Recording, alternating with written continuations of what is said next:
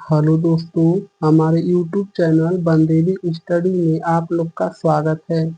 तो आज हम आपके लिए यहाँ पर BSF, HSCM, ASI और CISF फायरमैन एग्जाम 2025 में जो आप लोग का एग्जाम होने वाला है, देखिए इसका अभी नोटिफिकेशन आया नहीं है, तो इसका एग्जाम 2026 में भी हो सकता है। ठीक है, यह आप लोग मान कर चलिए कि आप लोग का एग्जाम कभी भी हो सकता है।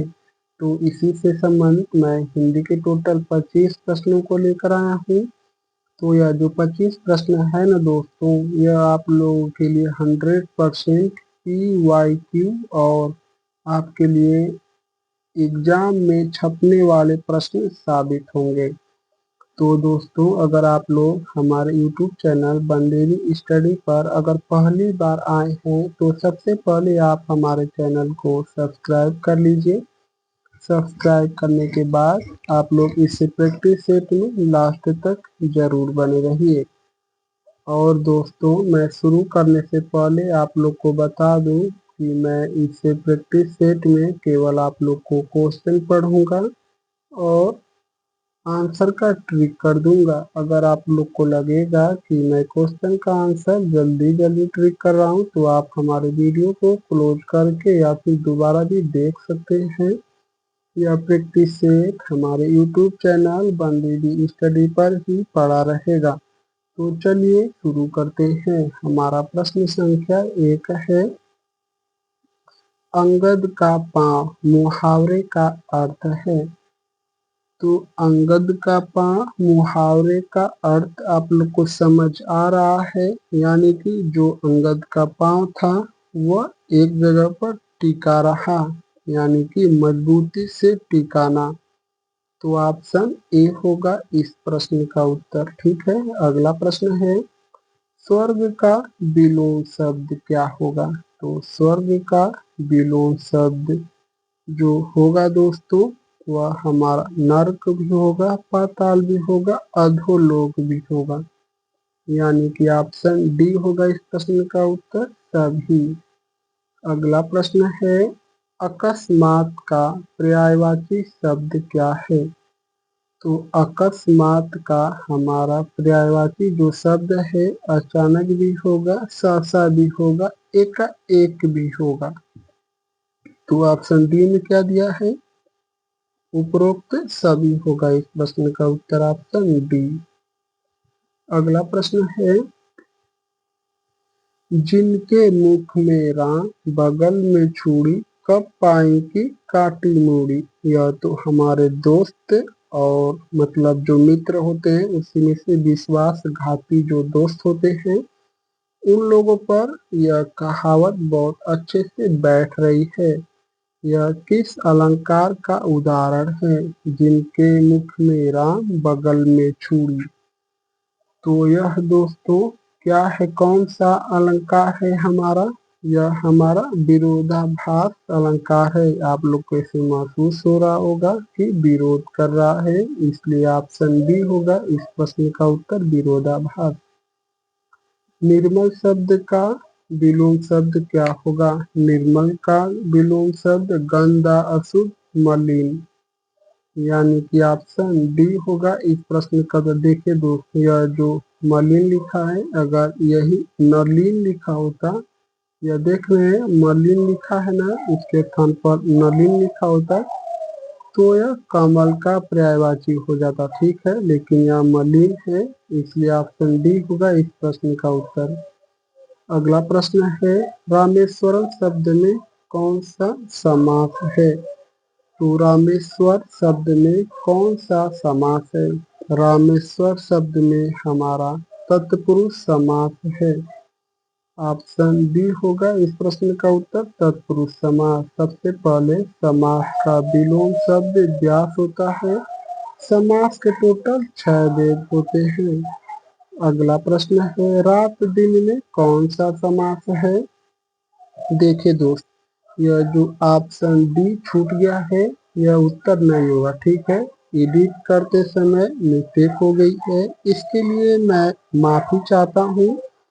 देखिए दोस्त, यह जो योजक चिन्ह यह जो दिया रहता है या विलोम शब्द दिया रहता है या दोनों पद जिसमें प्रधान होते हैं उसे द्वंद्व समास कहा जाता है। तो किस ऑप्शन में होगा? ऑप्शन ए होगा इस प्रश्न का उत्तर, द्वंद्व समास। अगला प्रश्न है, आलस्य का विलोम शब्द क्या होगा? तो आलस्य जो दिया है शब्द, इसका जो विलोम शब्द होगा दोस्तों वह हमारा कौन सा होगा? आलसी यानी कि परिश्रमी व्यक्ति, प्रयास करता रहता है और हमेशा सक्रिय रहता है। यह तीनों ही इसका विलोम शब्द दिया है। तो हमारा ऑप्शन डी में क्या दिया है? यानी कि उपरोक्त सभी होगा इस प्रश्न का उत्तर डी। अगला प्रश्न है, सही वाक्य क्या है? ठीक है दोस्तों, आप लोग सही वाक्य और शुद्ध वाक्य जरूर देखिए। हम लोग इसको पढ़ते हैं, मुझे तुम्हारा मदद चाहिए। यह कैसे होगा? मुझे तुम्हारी मदद चाहिए, मुझे तुमसे मदद चाहिए, यह तो गलत है। मुझे मदद चाहिए, तो जो मुझे मदद चाहिए यह भी गलत है। मुझे तुम्हारी मदद चाहिए यानी कि यह शुद्ध शब्द है, ऑप्शन बी होगा इस प्रश्न का उत्तर। अगला प्रश्न है, कपूर का पर्यायवाची शब्द क्या है? कर्पूर का पर्यायवाची शब्द हमारा कपूर है। ठीक है, यह जो कपूर दिया है इसका पर्यायवाची शब्द कर्पूर होता है। ऑप्शन ए होगा इस प्रश्न का उत्तर। आप लोग देख रहे हैं, कपूर जो है यह हमारा तद्भव शब्द है, कर्पूर हमारा तत्सम शब्द है। अगला प्रश्न है, अशुद्ध वाक्य पहचाने। ठीक है, अशुद्ध वाक्य आप लोग बताना है, ठीक है, शुद्ध वाक्य नहीं बताना है। हाँ तो दोस्तों, इस प्रश्न में आप लोगों को अशुद्ध वाक्य को बताना है। वह उसने किताब पढ़ी, यह नहीं होगा। वह बाजार गया, वह बाजार गया, यह तो शुद्ध दिख रहा है। वह मिलने, वह मुझे मिलने आई, यह भी शुद्ध शब्द है। वह पढ़ने जाता है, तो वह पढ़ने जाता है, इसमें दोस्तों मुझे कुछ गलत लग रहा है। तो वह पढ़ने जाता है, वह पढ़ने गया है होगा। ठीक है, या जो वह पढ़ने जाता है तो वह पढ़ने गया है होगा। ठीक है, यह जो जाता है के स्थान पर गया है होगा। अगला प्रश्न है, अग्नि कुंड में कौन सा समास है? तो अग्नि कुंड में कौन सा समास है? तो इसका सबसे पहले समास विग्रह करेंगे।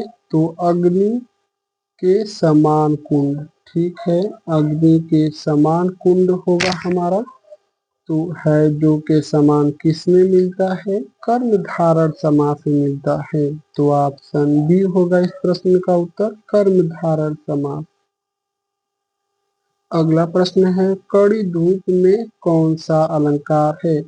देखिए दोस्त, यह जो अलंकार लिखा है ना, इसका सबसे पहले आप लोग संधि विच्छेद इस तरह से कर लीजिए। ठीक है, अलंकार का संधि विच्छेद इस तरह से होता है। ठीक है, यह जो अलंधनकार होता है, तो अलंकार के हिंदी में 2 भेद होते हैं, संस्कृत में 3 भेद होते हैं। और यह जो दोस्तों कड़ी धूप दिया है, इसमें हमारा यह जो होगा दोस्तों रूपक अलंकार। ठीक है, ऑप्शन ए होगा इस प्रश्न का उत्तर। अगला प्रश्न है, खून पसीना एक करना। खून पसीना एक करना का अर्थ है खूब मेहनत करना। ठीक है, तो ऑप्शन ए होगा इस प्रश्न का उत्तर। अगला प्रश्न है, खग का पर्यायवाची क्या है? तो खग का पर्यायवाची हमारा पक्षी होता है। तो ऑप्शन बी होगा इस प्रश्न का उत्तर, पक्षी। अगला प्रश्न है, सही वाक्य चुनिए। देखिए दोस्त, वह रोज स्कूल जाता हूँ, यह तो गलत है। वह रोज स्कूल जाता है। वह रोज स्कूल जाती हूँ, यह भी गलत है। जाती हूँ नहीं, जाती है। वह रोज स्कूल जाता है। वह रोज स्कूल जाती हूँ, यह क्या है? यह भी गलत है। यानी कि ऑप्शन सी होगा। वह रोज स्कूल जाता है, यानी कि ऑप्शन सी होगा इस प्रश्न का उत्तर। अगला प्रश्न है, दूरदर्शी शब्द में कौन सा समास है? तो दूरदर्शी शब्द में यानी कि दूर की वस्तु दूरदर्शी कहलाती है, तो इसमें हमारा कर्मधारय समास होगा। दूर के समान वस्तु देखने, यानी कि दूर के समान वस्तु देखने वाले, तो ऑप्शन सी होगा इस प्रश्न का उत्तर, कर्मधारय समास। अगला प्रश्न है, हृदय का सही उच्चारण क्या है? यानी कि यह जो हृदय लिखा है इसका आप लोग को शुद्ध शब्द बताना है। शुद्ध शब्द दोस्तों इस तरह से लिखा जाता है, ठीक है। शुद्ध शब्द यह जो लिखा है यह इस तरह से लिखा जाता है, शुद्ध। तो यह ऑप्शन ए होगा हमारा प्रश्न का उत्तर, हृदय। अगला प्रश्न है, ऊंचा सुनना का अर्थ है। जो ऊंचा सुनना का हमारा अर्थ क्या होगा? ऊंचा सुनना यानी कि तेज चिल्ला चिल्ला कर बोलना, तो बहरेपन की बीमारी होना। ऑप्शन बी होगा इस प्रश्न का उत्तर। अगर कोई व्यक्ति कहता है कि थोड़ा ऊंचा बोलिए, तो उसको आप लोग समझ जाइए कि वह उसे कम सुनाई देता है। अगला प्रश्न है, नीलांबर का अर्थ है। तो नीलांबर का जो अर्थ क्या है हमारा? नीलांबर का अर्थ है दोस्तों हमारा नीला आसमान। तो नीला आसमान किस ऑप्शन में है? ऑप्शन ए होगा इस प्रश्न का उत्तर, नीला आसमान। अगला प्रश्न है, सजग का विलोम शब्द क्या है? सजग रहना, असावधान रहना, लापरवाह, अचेत, यह सभी होगा विलोम शब्द, यानी कि ऑप्शन डी होगा इस प्रश्न का उत्तर, उपरोक्त सभी।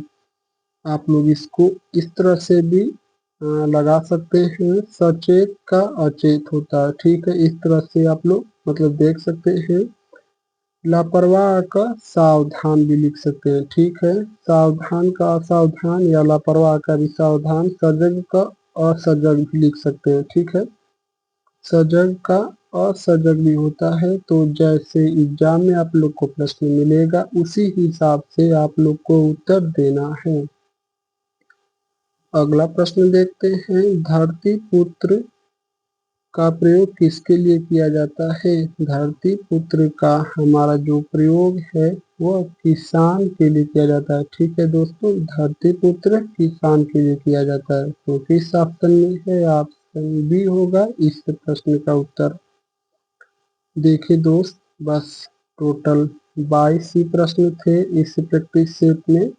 तो मैं माफी चाहूँगा, मैं 25 प्रश्न बोला था या 25 प्रश्न एडिट करते समय हो नहीं पाया है, टोटल 22 प्रश्न ही हैं। तो दोस्तों हमारे चैनल पर आप लोग पहली बार आए हैं तो हमारे चैनल को सब्सक्राइब कर लीजिए।